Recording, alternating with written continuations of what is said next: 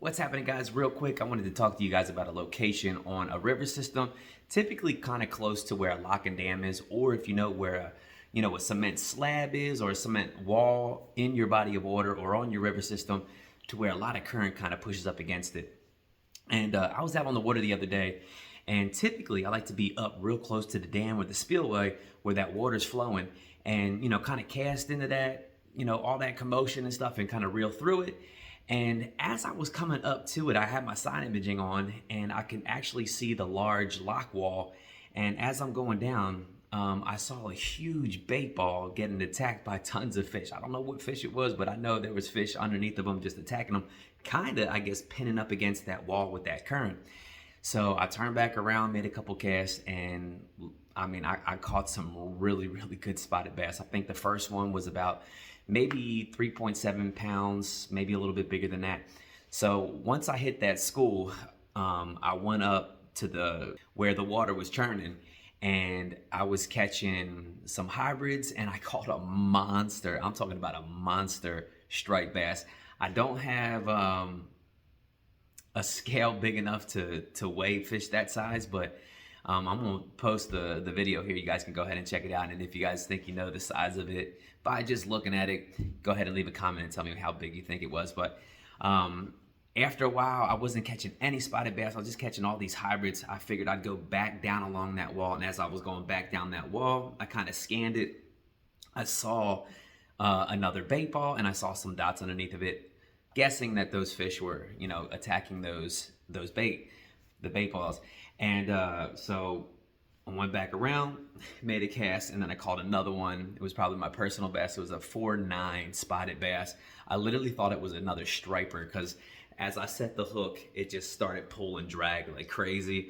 And so I just knew in my mind it was a striper. And it was pulling, and I'm fighting it, loosening the drag, letting it pull, drag, and then it came up, and I saw it, and I knew it was a spotted bass then. And my adrenaline kicked in, and I landed that fish, and it was the biggest fish that I've caught as a spotted bass, and it was pretty neat.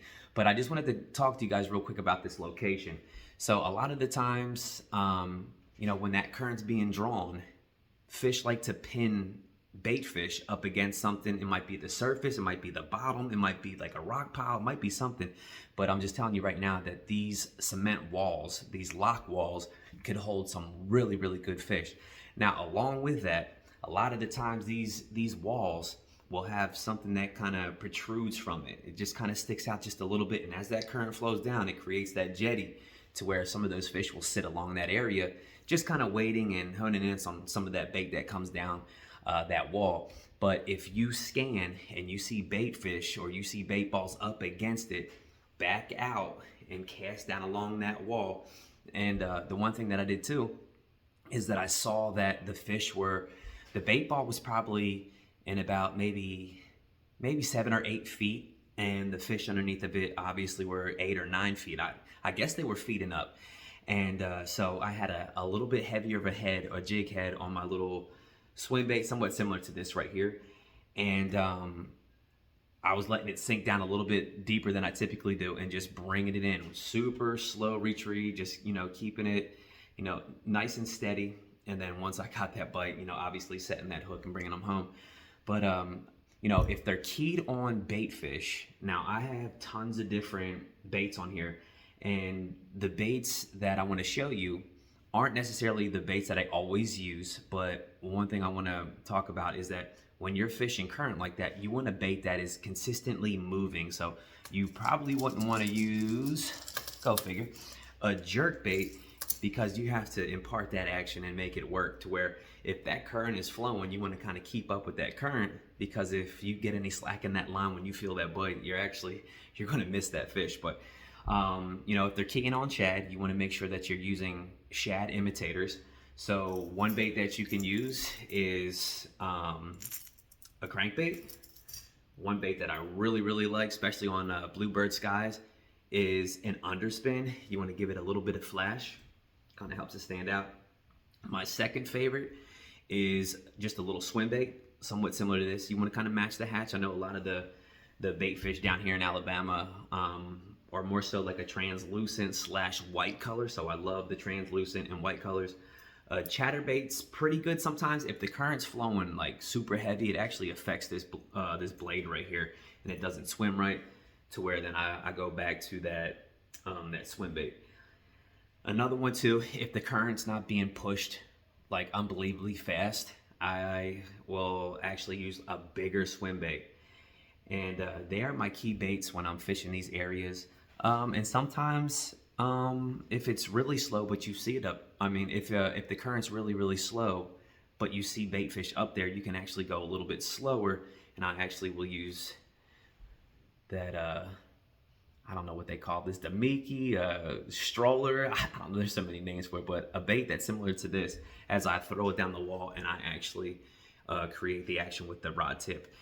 But you know, it's a very good location. I actually fished these areas for the longest time and just kind of undermined that wall. I just would always go straight up to where that water was churning and just try my best to catch whatever I could catch. More so targeting spotted bass, and it always seemed to where when there's more water, it actually draws in those hybrids and those stripe, the drum, and bigger catfish. So I actually pull back off, scanning those walls. It could even be that there's this as well, where there's a high spot, and it could be out in the middle. It doesn't necessarily have to be up against the wall. It could be out in the middle. It could be like something that dips down and comes back up. It could be a hard bottom, a rock pile, and those locations can be fire as well. But I just wanted to throw that out there, guys. If you guys are fishing a river system to where you have a lock and dam and you have these long walls, do not be afraid to scan them, or even just cast at them and fish them. If you don't have anything to scan with, just, you know, get up there against the walls and just slowly retrieve that. Change your cadence, change how fast or how slow you're reeling it in, and, you know, hope to hang on and hang into a giant. But I have a couple videos I want to show you. I'll show you those 2 catches, and I hope you enjoy those catches. But until then, continue to follow Bassn, buddy, and I will see you next time. Peace.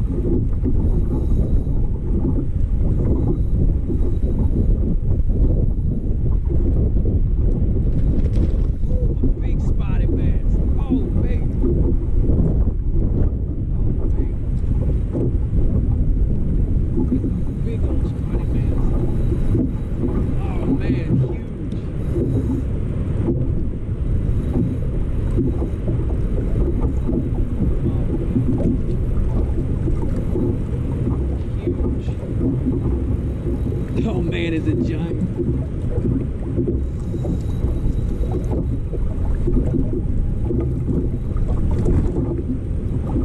Oh man, let's land him.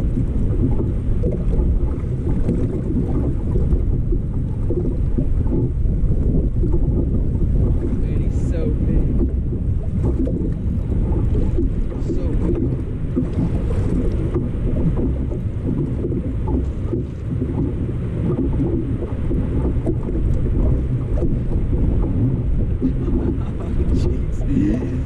Look at that spot. Come on. I thought we had a striper on. Look at that spot. Let's go. Look at that. Come on. Oh man. What a fight. What a fight. Look at that joker. That is big. I'm excited about that. Look at that joker right there. Wait. Son, that is a big spotted bass.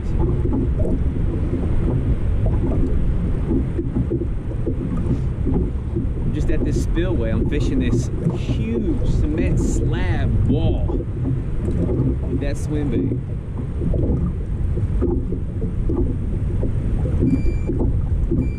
$4.9, a 4.5. This thing feels way bigger than that, honestly.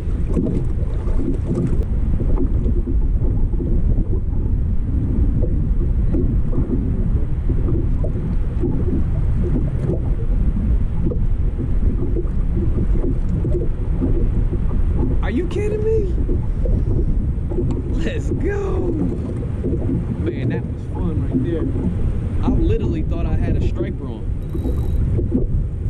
Man, that was awesome. Like the same spot I caught that 3.